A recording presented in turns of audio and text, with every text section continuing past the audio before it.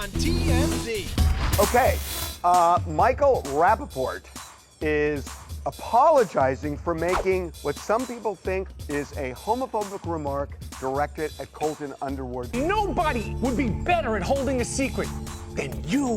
There it is. That is not homophobic. But is it a low blow to use it in this game? Why is it a low blow? How many jokes have you guys made about me that I was in the closet? But you also have a tough skin, man. Thick skin. It's a leathery skin, yeah.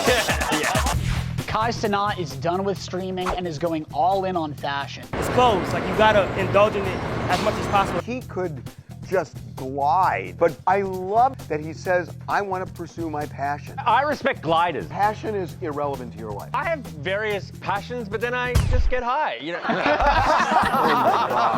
Tom Brady had one losing season as a guy who was in his mid-40s. You know, it just took a lot out of me. I would think age helps you. The older you get, the more you're able to put things in perspective. Yes, but you are much older than Tom Brady was in his last season. Why'd you have to take that shot? No, this guy's aging in reverse. He's slowly improving himself. You turn back the clock. It's impressive. Why are we all of a sudden complimenting you like that?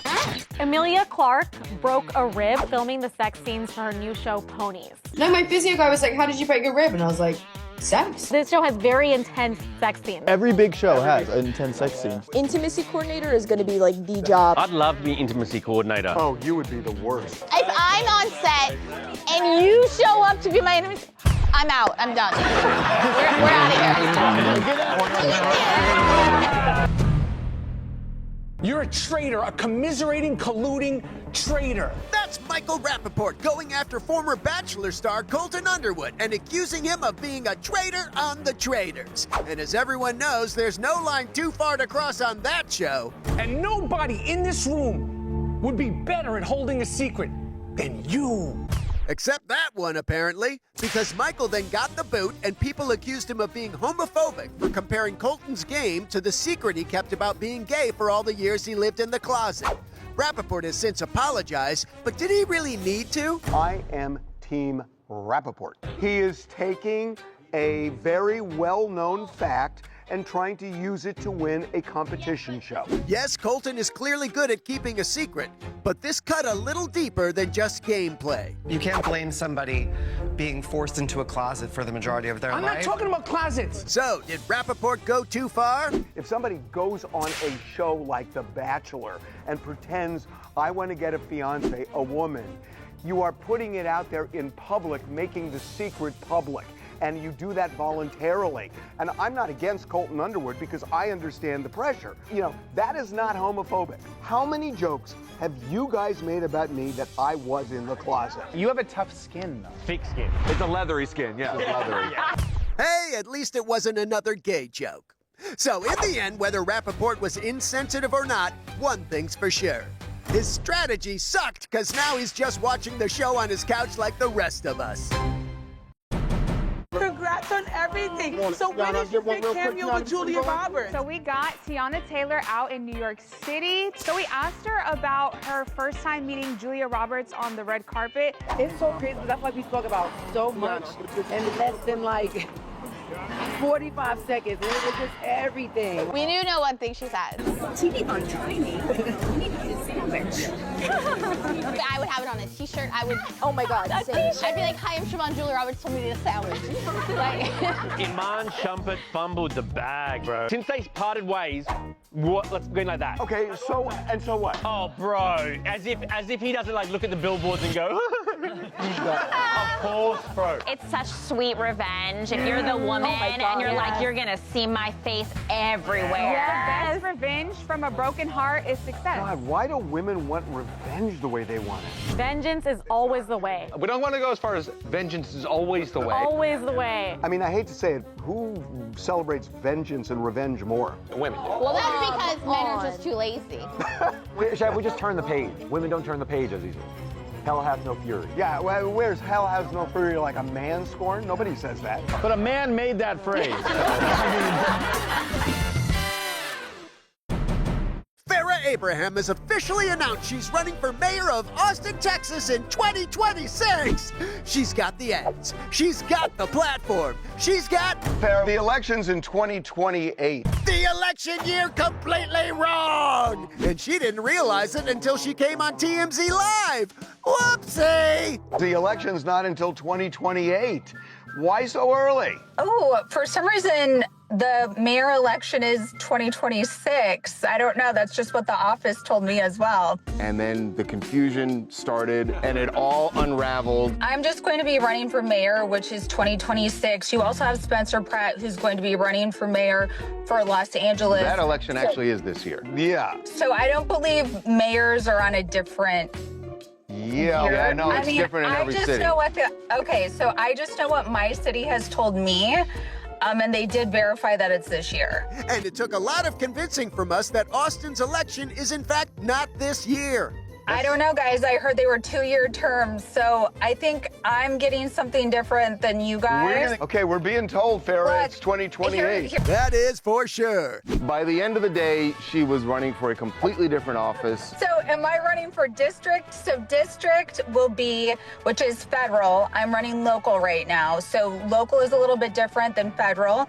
I did say my hope after running for local is for a local district, which is in 2028. Okay, so vote for Farrah for district, federal, and local in whatever year you want. What does she believe in? We never got to that. See you back in 2028, Farrah. I would rather lots of time. Well, guess what? You got it. Bad Bunny has dropped another trailer for his Super Bowl halftime performance. And this time the message behind it is that no matter who you are, you're gonna dance at this halftime show. The whole theme of the video is there's people from all races, religions, everything just dancing together. And this has got to be a shot at people saying that he can't perform at the halftime show. This is all about English and the whole thing. Yeah, well, that's the big backlash, is that it's none of the music is in English. But nobody can say he's not big enough. He's enormous, and we understate how big he is. Isn't it very obvious what the NFL is doing? They're trying to make this a global thing. Yeah. They're trying to get people not here. They already have the people here. This is Americans worrying that they're not going to be, they don't own football anymore. If they do move the Super Bowl out of the U.S., I would have a problem with that. Why? Because why would it not be in the United States? Because they want to make it global. Where do we draw the line? Where are we going to do the hot dog eating contest somewhere else, too?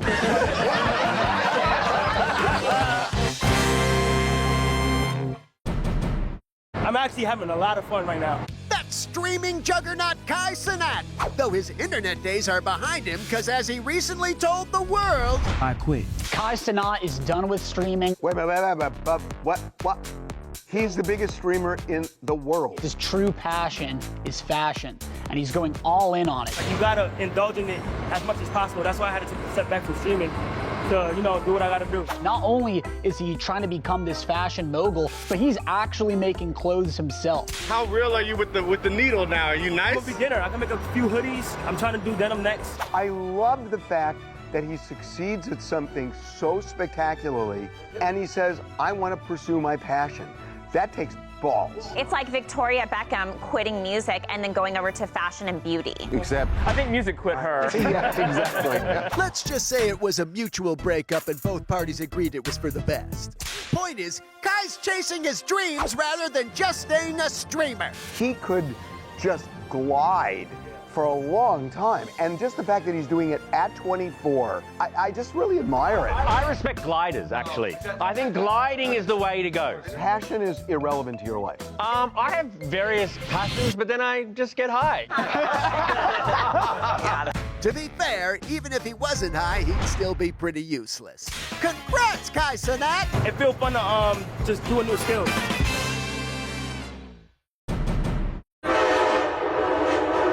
So one of those little rolling cube delivery robot things got into a game of chicken with a locomotive train. How do you think it turned out? I bet the little robot won.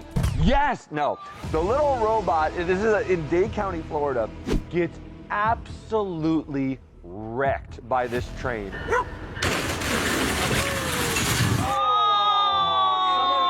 And And you hear the train whistle saying, get out of the way, because trains can't just stop. They're not like cars. And you idiots are scared of AI. This thing can't get even out of the way of a train.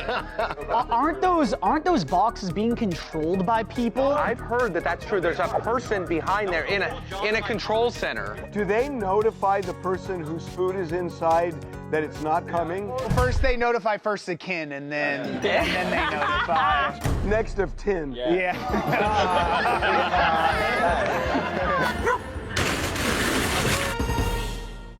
Coming up. Tom Brady had one losing season as a guy who was in his mid-40s. You know, it just took a lot out of me. I would think the older you get, the more you're able to put things in perspective. He actually said the exact opposite. Who are you going to believe, Tom Brady or me? Tom Brady.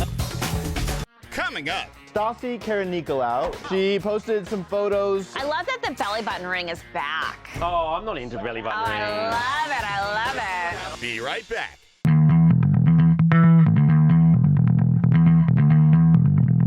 Thomas Brady Jr., undoubtedly one of the greatest. But what really happened in that last season?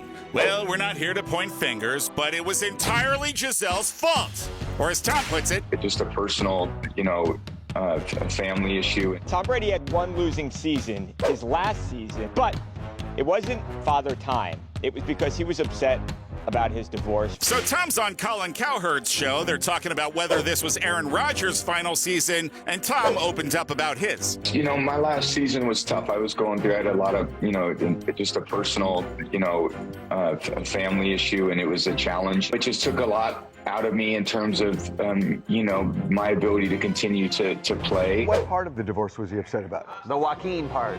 All right, Tom, you got this. Focus. Focus. Damn it, focus! I don't know that it was the Joaquin part. I think that it was when it became public. Certain people can compartmentalize. But not when you're in your mid-40s. I would make the exact opposite argument, that the older you are, the more you're able to put things in perspective. In order to be a great NFL player, you've got to commit and be fully in. I'm just saying that the older you get, the more you're able. Yes, but you are much older than Tom Brady was in his last season. Much older. You didn't have to say that to me. He's like the first person in history to get like stronger and in better shape as he ages. You're like Kris Jenner. You turn back the clock. It's impressive. Why are we all of a sudden complimenting you like this? I don't like Why do you think I shut up? You're still the best, Tom. Stay cool. So Stassi Karanikolaou, Kylie Jenner's very beautiful, very hot friend, is doing her best Bianca Censori impression. She posted some photos of her in this outfit. It does look very Bianca. She looks great. Wow. I love that the belly button ring is back. Oh, I'm not into belly button rings. I love it. I just find them really off-putting. Aside from earrings. Even the nose ring. You don't like a little eyebrow ring? Looks so cool. A little nice, tasteful nipple ring. Wow. The nipple rings are only good when you don't expect them. Oh, I love it. No, when you see him under the shirt, come on. Devin, when you see those bars under the shirt, What is happening right now? when I see that dumbbell, I want to go weightlifting, dude. Okay, jeez. You take some pre-workout? I love that, And now, divorce is tough. But apparently not that tough. Starring influencer Desmond Scott. Influencer Desmond Scott is already moving on from his wife, Christy Scott, and he was spotted making out with a girl on the heels of us breaking the story about his divorce. People loved this couple because over the years they were building their dream home. They're so cute together. But that came crashing down when Christy filed for divorce, citing infidelity on Desmond's part. Desmond broke his silence, basically saying he tried to get out of the relationship, but she encouraged him to stay in it. But he did admit that he had made some mistakes. But he seemed to be just fine this weekend. He went out to this bar in Houston, and we got video of him macking down with this girl. Her name is Marissa Springer. She is gorgeous, 24 years old. She had been introduced to him earlier that evening by a mutual friend. They were getting drunk and having a fun time.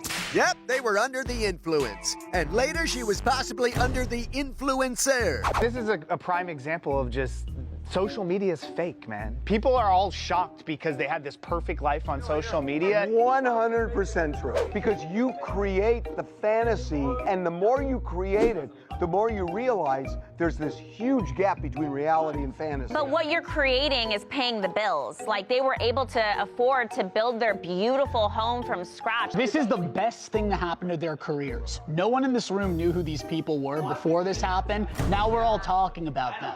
Meanwhile, Desmond isn't talking that much at all. Kenan, you look great. We got Kenan Thompson out in New York City, and we asked him who his dream SNL celebrity host would be, who has never hosted before. You ever seen Tom Cruise? You ever seen Will Smith? Will Smith has never hosted. Both of them have never hosted SNL. Andy's never been a musical guest, and I find that to be so weird. It actually makes sense because both of those guys care about their image so much that they wouldn't put themselves on SNL to jeopardize. Yet Tom Cruise jumped on the sofa. If Will Smith did it now, could he resurrect his image? Well, he'd have to do an Oscar thing. He'd have to do an Oscar skit. He'd have to do an Oscar skit. Lauren isn't going to do that. Because they're Team Chris Rock. They're best friends. A highlight of my life, I went to SNL and I smoked a joint with Kenan and Leslie Jones. That's a pretty good highlight. Well, then you got to do that, and Willie Nelson denied me. Willie was like, I'm fresh out. He looked at me, and he's like, not today. And it's like, it's 4:20. He really said no. And then he went into the bedroom, and I know he smoked, and then came back. No way! Wait, he went in and came out, a plume of smoke came out? He's like, can't do it. It's so sad. Yeah. Okay. Coming up. Amelia Clark broke a rib while filming the sex scenes for her new show, Pony. How did she break the rib? Yeah, that is hard to do, to break a rib during intercourse. Well, there's a lot of movement. No, my physio guy was like, how did you break your rib? And I was like, sex. Yeah.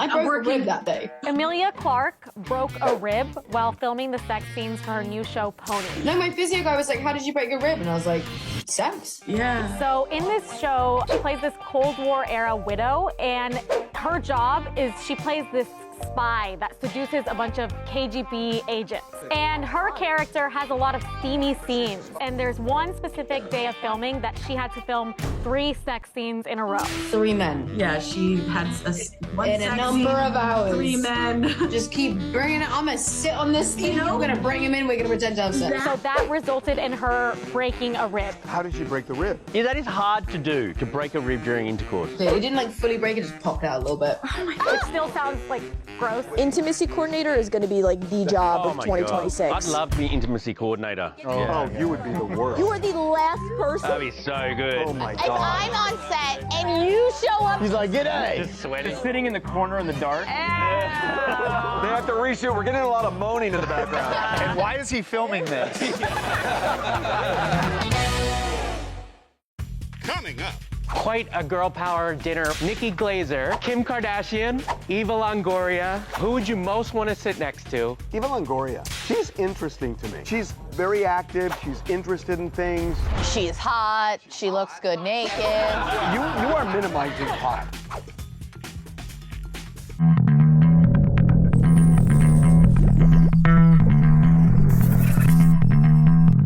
Quite a girl power dinner went down at Wally's in Beverly Hills. Hi, Nikki. Hi. You look good. Nikki Glazer, Oh, fun! Kim Kardashian, Eva Longoria, and also Fortune Feemster and Brenda Song. Who would you most want to sit next to? Nikki Glazer. She's probably funnier when she's not on camera. You definitely choose Kim. Can I tell you, actually, who I'm kind of interested in? Eva Longoria. She's interesting to me. She's very active. She's interested in things. She's hot, she looks good naked. You are minimizing hot, and you do this all the time. Because I didn't do anything for it. Siobhan, this is weird of you. You're really hard on uggos. And now you're Yeah, you are ugly, so it's hard for me. You know what? It really is true. There's such man-shaming going on. There are kids growing up, there are males growing up that they're being taught, to abandon just natural parts of. Oh my gosh, no way. How many kids are you talking to where they're like, yeah, you know what? None. He's listening to Bill Maher, 2 old men with no children talking about the next generation. Oh, wow.